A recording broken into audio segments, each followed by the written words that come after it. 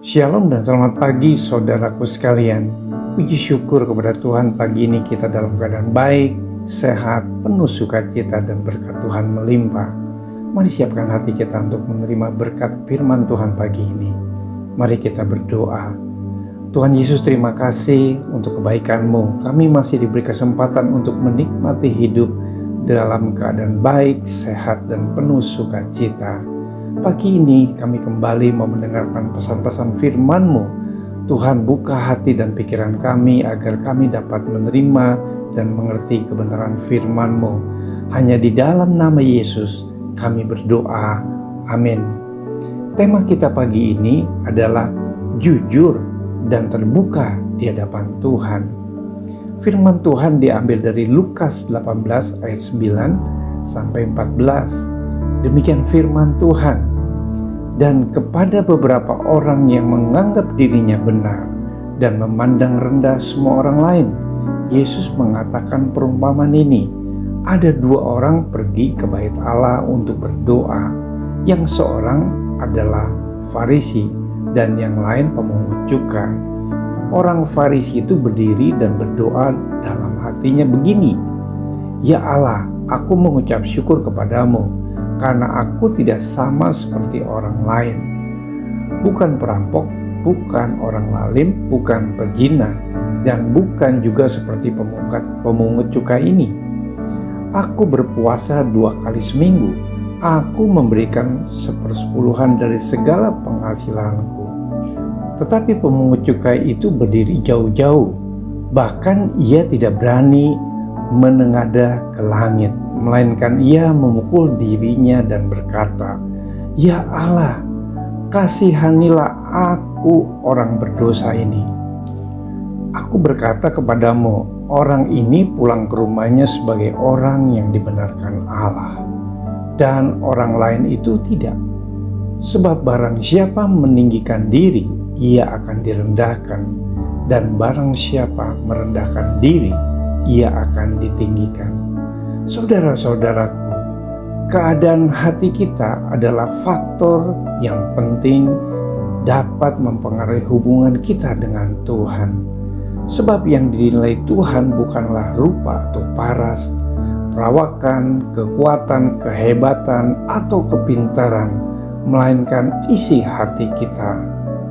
Bukan yang dilihat manusia, yang dilihat Allah. Manusia melihat apa yang di depan mata, tetapi Tuhan melihat hati.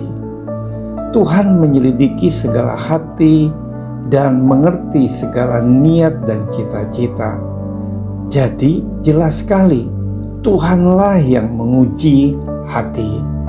Untuk menggambarkan keadaan hati manusia, Kristus memberikan suatu perumpamaan tentang dua orang yang berbeda di bait Tuhan untuk berdoa, yaitu orang Farisi dan seorang pemungut cukai. Orang Farisi adalah seorang tokoh agama yang tahu kebenaran, mengajar Taurat Tuhan, tetapi hatinya penuh kesombongan dan kemunafikan.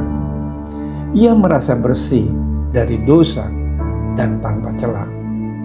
"Aku mengucap syukur kepadamu karena aku tidak sama seperti orang lain.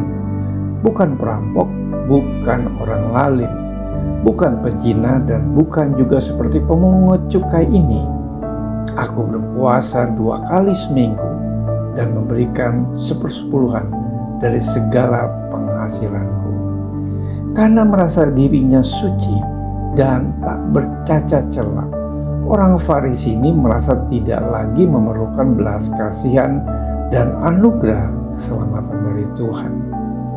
Saudaraku, sikap yang bertolak belakang justru ditunjukkan oleh si pemungut cukai yang berdiri jauh-jauh, bahkan ia tidak berani menengadah ke langit, melainkan ia memukul diri dan berkata, "Ya Allah, kasihanilah aku orang berdosa ini."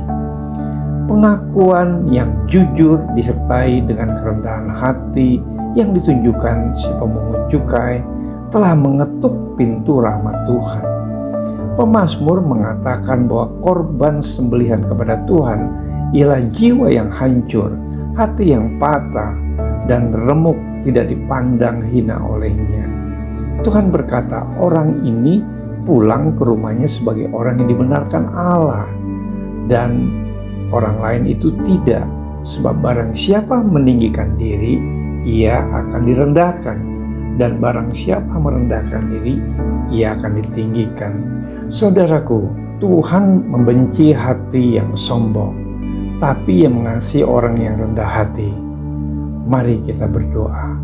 Bapa, di dalam nama Tuhan Yesus, terima kasih untuk berkat yang telah Kau percayakan dalam hidup kami.